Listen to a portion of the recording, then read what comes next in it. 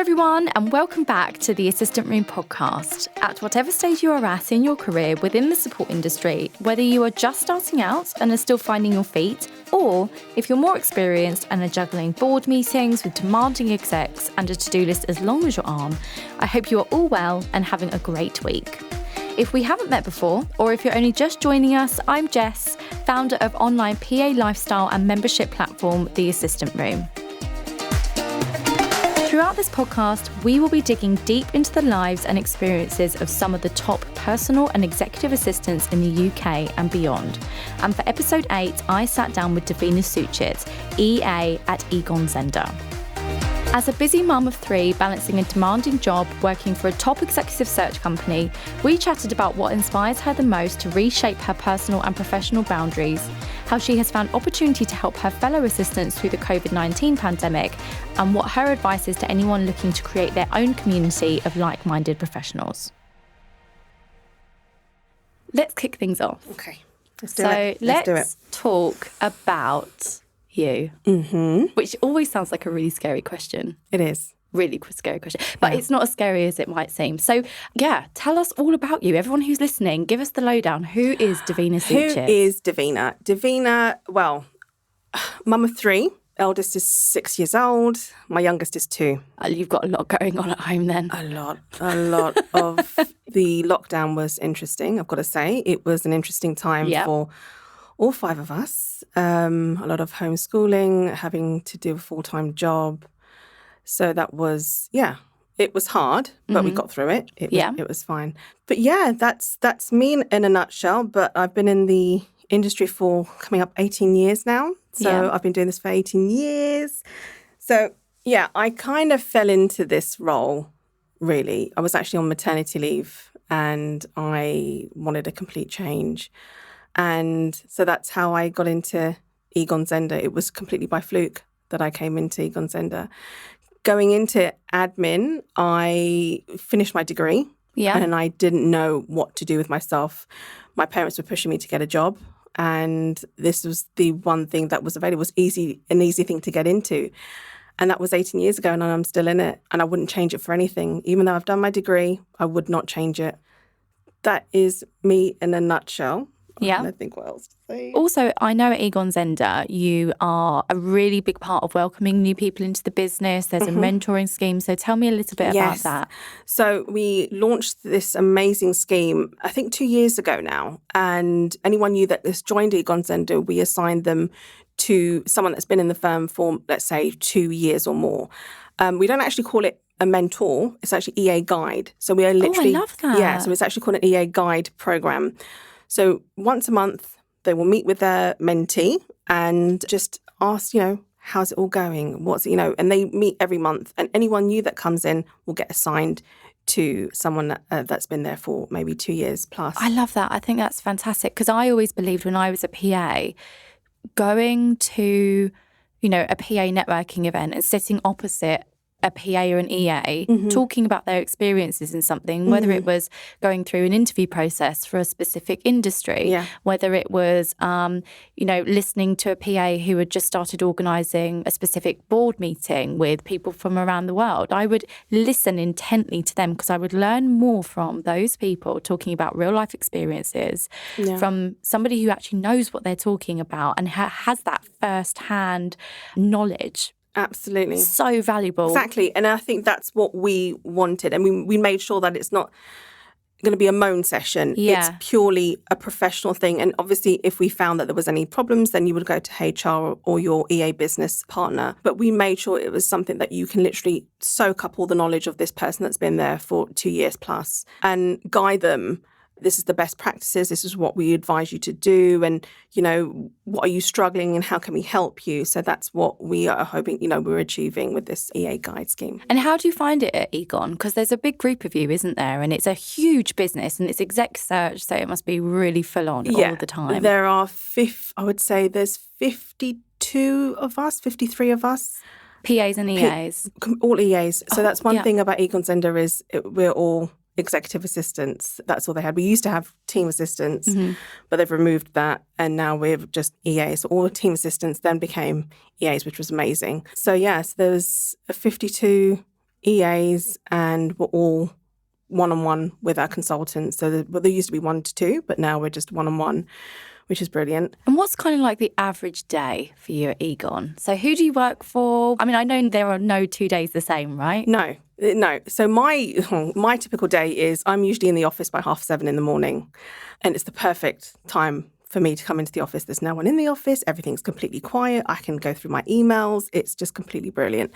My consultant's also an early bird, so he would come in around about the same time, and it's such a good time to start the day. We have our one-on-one in the morning. He will tell me what's going on, what we need to do, what's the actions. But you will find that you will have to change his diary constantly. That is one thing. Something will come in and be like, Davina, can you change this? I'm like, yep, sure. And you just completely not fazed by anything. Yeah, sure, I can do it. In your mind, you're thinking, oh my God, I'm going to have to unpick everything I did the day before. It would literally just blow your mind. No day is the same. It always changes constantly. It will change every single day. It will change. I think that's the nicest thing about being a PA or an EA or any kind of support role, because you have so much experience across so many different new topics, or you can get involved in so much and you learn so much so quickly. And it's because you have to be constantly adapting and changing and being on the ball and ahead, 10 steps ahead of your exec. You literally have to put your poker face on. Sometimes when he will say something, you just have to say, yeah, sure, I'll do it. Yeah, no problem. And just think, okay, you just got to do it. Doesn't matter how scary it sounds, you just have to do it. It's like that quote from Richard Branson when he says, even if you can't do it, I can't remember the exact words, but even if you can't do it, say yes and then learn later. That is pretty much how I work sometimes. You just have to say yes and just go with it, and you will get it done. No matter what you're an EA or a PA, whatever, you will get it done. And just believe that you can, and just say, yes, I'll do it. And then just go off and do it. It's and figure it out as you go along. Yeah, that's what you do. That's what EAs and PAs do. That's what we do. Problem solvers. Yeah.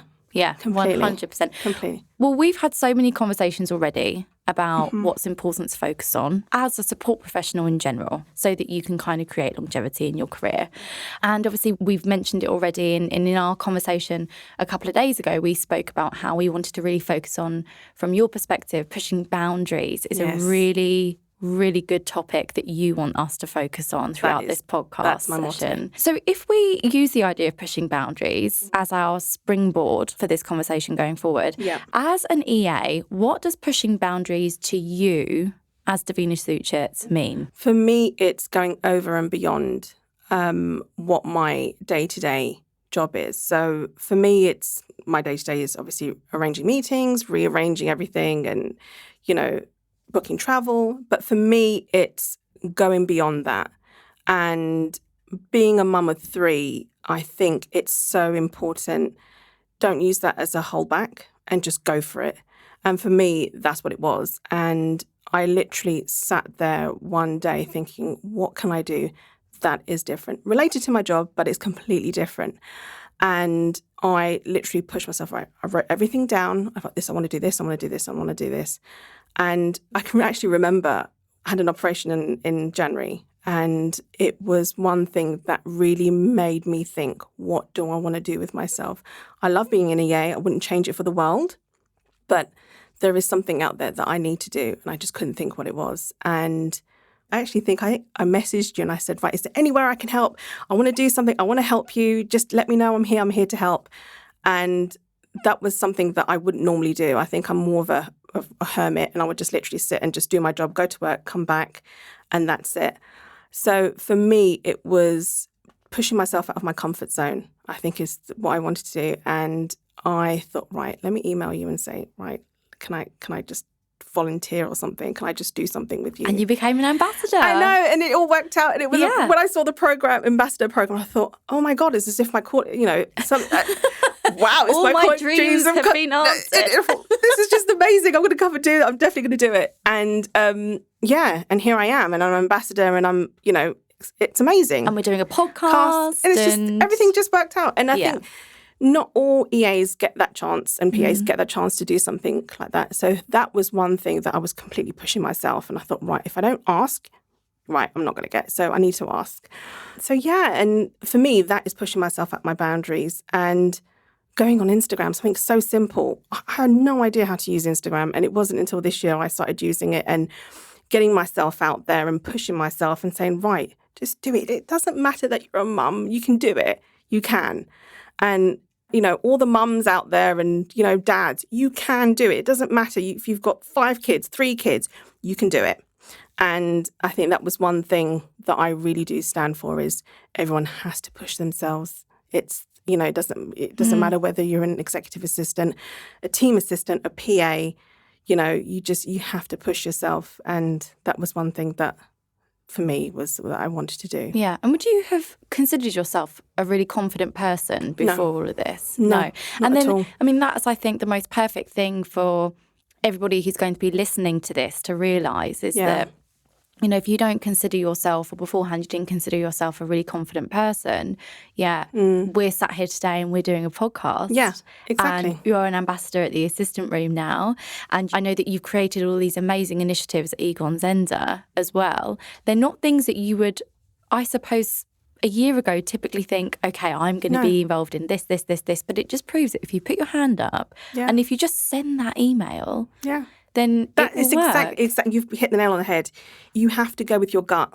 And if your gut is telling you, I want to do this, I want to record a podcast, who can I go to record a podcast? Who's doing things like that? Reach out to them. Yeah. Just see what they've got to offer. And you may, you'll get a few pushbacks. You won't get it at first, but keep on trying. That's one thing. And I'm the least confident person. There was no way I would have done this. No. And one day, if my kids say, oh my God, mum works constantly, she's always on her laptop or she's always doing something, she's always on a call, I want them to know that this is why I'm doing, that you can do anything. It doesn't matter if I've got 3 rascals running around me, you can still do it. And I don't think many people know that I have 3 kids and I'm doing a full-time job and an ambassador and I'm recording podcasts and writing an article. You can do anything. Too many people get caught up, and this is something that I think we're all very guilty of feeling. I suppose it's the PAs in us. I think that we're too obsessed with the idea that something has to be perfect for us to be able to actually do it. And something that I say quite regularly to all of our members who I do coaching with, all of our A-listers, I say, look, no one's going to know if what you're doing isn't perfect and if it doesn't live up to your standards because it doesn't have to be 100%. Yeah. You don't have to make something perfect. There's no such thing as perfect. No. It's just about putting the work in and looking back objectively and thinking, okay, this is what I achieved. Yeah. And exactly. It doesn't have to be perfect. No, nothing does. Absolutely nothing. And this is one of the things I remember you telling me actually is when I was writing my article, I have never done anything like that in my entire life. Never. And I thought, oh my God, I'm the worst person when it comes to writing. But do you know what? I'm going to do it. I'll take on the feedback, whatever. But the point is that you're doing it. And I'm a perfectionist. All EAs and PAs, that's our thing. We are perfectionists. But this is something that I knew wasn't going to be. But I still did it. You've just got to give yourselves a little bit of a break. And I think that's one thing EAs and PAs don't do is you don't give yourselves a break. You just think everything has to be amazing and you're built to want to do everything amazing. It's a hard mindset to get over, but once you're over it, you can kind of accomplish anything. You can do absolutely anything. Absolutely anything. It's just it's just changing that mindset, isn't it? Yeah. And believing in yourself. You have to believe in yourself. But practice makes perfect. You're not going to get there overnight. No. So for you to be, confident, you're going, or more confident than you were before, you can now look back at yourself and think, hopefully, your confidence levels are much higher because we're doing the ambassador work, because you're involved in the membership with the assistant room and obviously all the masterclasses that we go through there, because we're doing this podcast, because you've written a blog post. Like you've now got this arsenal of experience and resources that you can say, oh my God, I'm so proud of this. I've done X, Y, Z. Completely that. If I saw myself a year ago from today, I would not have thought I'd be sitting here doing this. Yeah. And achieving what I have in that short amount of time. There would be no way that I would have thought that. And the beginning of this year was a complete turning point for me personally. At 37, I had a full hysterectomy. And I just, that was a complete switch in my mindset. Like you said, you've got to change your mindset. And for me, having that was a complete switch. And I said to myself, if I don't do this now, I'm never going to do it. And I remember sitting on my bed at my parents', and I don't think I've lived at my parents' since I left uni. And I thought, right, what am I going to do? How am I going to do it? And that's when I wrote the email to you. I think I contacted you on LinkedIn. I said, please take me. Let's do something. And please take me. Please take me, and just, I'm at, at your service. Just do anything. Just famous last words, Davina. Yeah. I think everyone will go through that point in their life where something changes them, and you find that will give you that push that you need. And that was it for me. I think, I had a tough year last year, and then to top it all off, I obviously then found out I had to have a hysterectomy, and I thought, you know what? No, that's not going to stop me. You just have to do it. You have to push yourself through it. Everyone has their own personal battles. A lot of people might use that as I can't do this anymore. No, you can, and just go for it. I think everybody needs to hear that. Everyone needs that. Yeah, be your own champion. Just think, if you could stand there, come out of your body and look at yourself and just think, do you want to see that person? No, go for it. Just be that person that you want to be and just go for it. I think that's what happened to me. And I've got the most supportive husband who said to me, you know what, it doesn't matter. You don't have to be in your 20s to be doing this. I'm hitting my 40s soon. So go for it. Who cares? You only live once. Exactly. And that's what I done. And here I am. Well, I love this. And I know that at Egon Zehnder in particular, you have created so many opportunities for yourself. I know that obviously we spoke, as I've said already, a couple of days ago, and we obviously regularly chat to each other anyway. And we were talking about all the different things that you've accomplished at Egon Zehnder in particular over the last few years. And one of those things is a newsletter that has come as, I think we described it, didn't we, as finding an opportunity through adversity. So through COVID-19, obviously everything has completely gone tits up. No one knows what's going on anymore. There's so much uncertainty everywhere.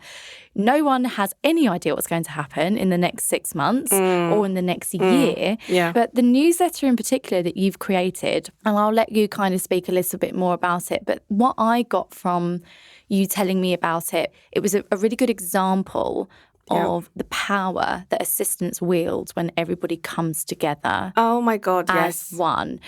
And so I'll let you kind of tell us a little bit more about that and your colleague in Toronto and kind of how that opportunity came about with the newsletter. So this is the one thing I love about Egon Zehnder, and I'm not just saying it because I work there now, but they are one to bring people together, and that's what they did. And we are about, and I could be a rough figure, about globally EAs, we're about maybe 500, maybe between 300 to 500, let's say. And we literally thought, right, let's have global calls. And that's something that was done by the EA working group.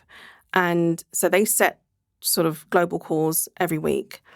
There was one EA in Toronto, Sarah, and she was just talking about how her passion was learning. And I thought, alarm bells went off.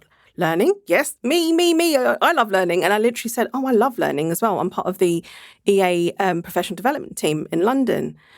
And she said, oh my God, that's amazing. Do you guys have that in London? I was like, yeah, we're a small group, but we, create sessions for EAs in London. She goes, oh my God, that's amazing. I love learning as well.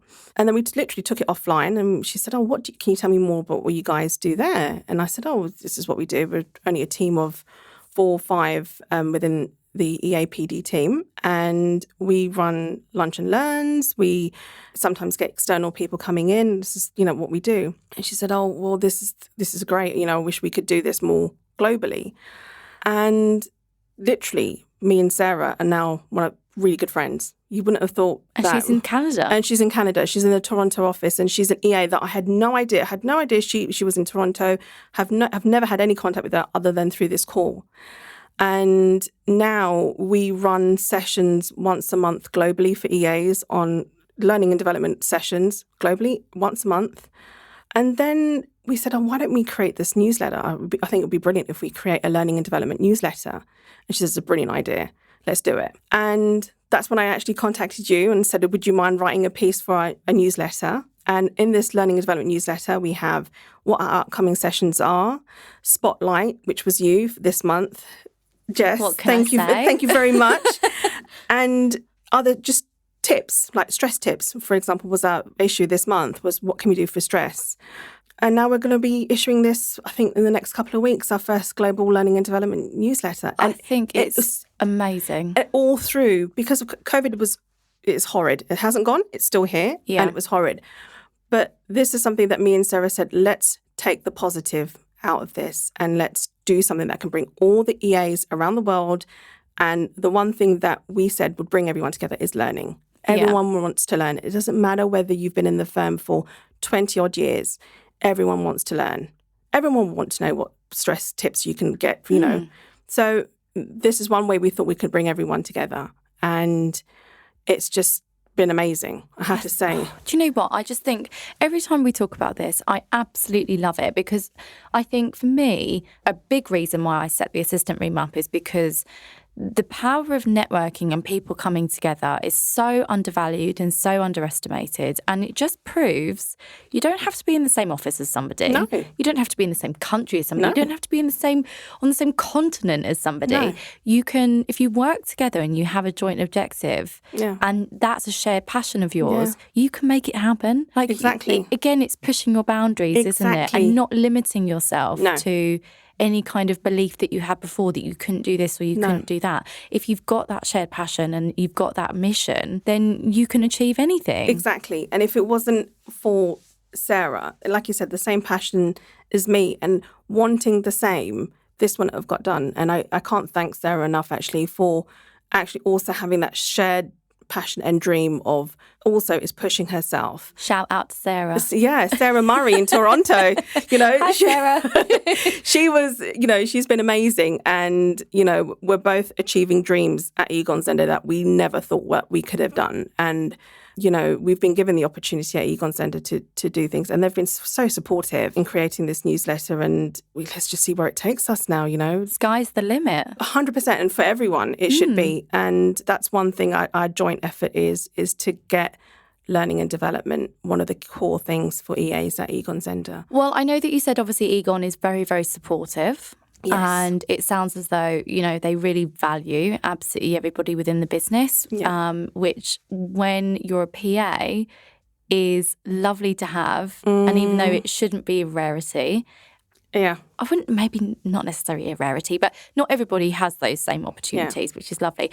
So let's stick to pushing boundaries from a networking perspective, because obviously we just spoke about Sarah in Toronto, and focus more on the London PA network that you've got at Egon Zehnder. And as you said, you've got about, is it 52 assistants 52 in least, London? Yeah. Okay, So from an internal PA network perspective, I get regularly asked, how do I start a network? What do I need to do internally to get sign off on it?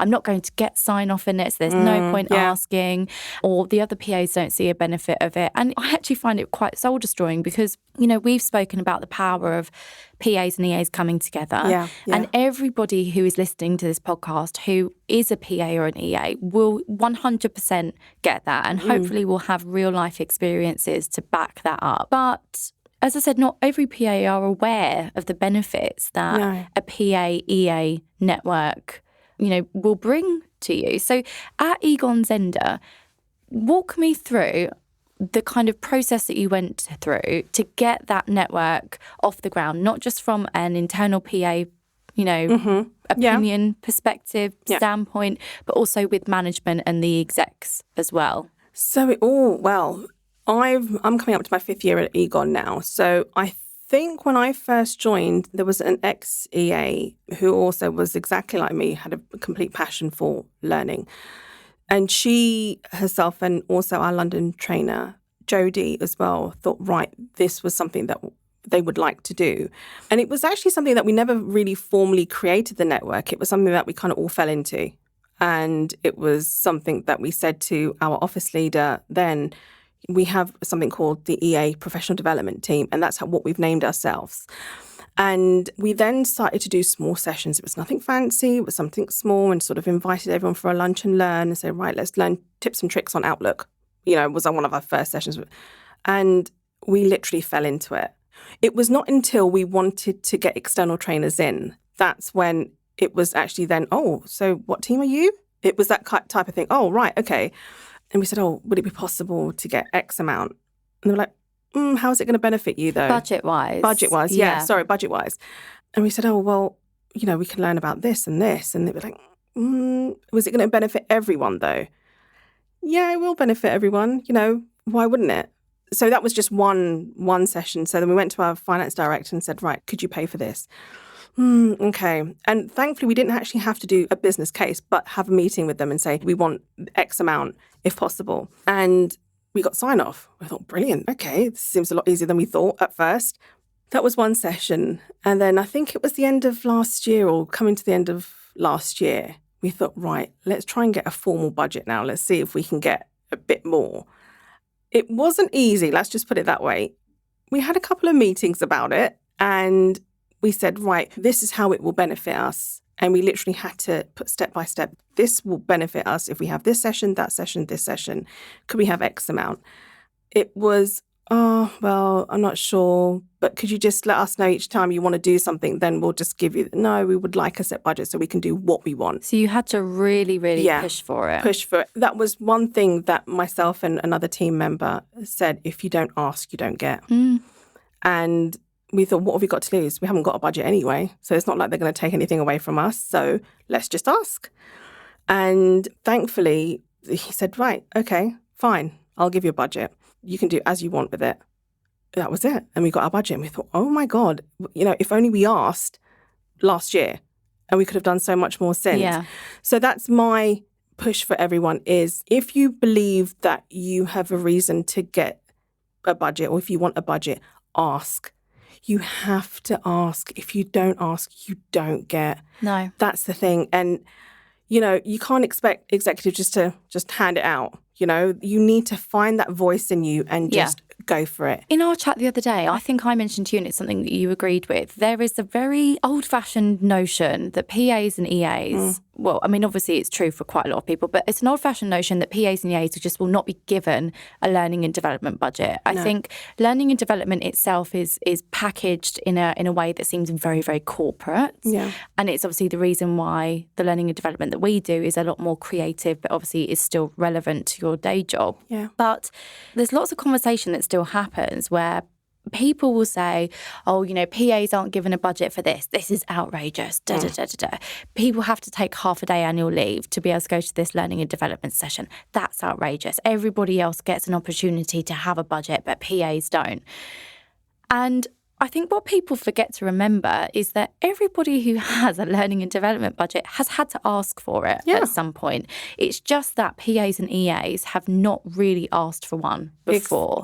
And it's not that we're discriminated against, because as you've proven with Egon, if you put a proper case together, not necessarily a full business case, but if you put together a proper argument to say, this is going to benefit us, this is what we want to do, this is how much money we need, and you take it to the finance director or your boss, and you speak to the right people about it, they're not going to necessarily turn around and say no to you having an opportunity that costs £500 per person a year when a recruitment cost to hire a PA is £10,000-15,000. Would you rather, make me feel valued, focus on developing me as an individual and pay X amount a year, or would you rather me leave and go somewhere else that does support me and the money that you spent getting me into the business with a recruiter has been wasted, and then the money that you are going to have to spend to replace me is also completely wasted? Exactly that. And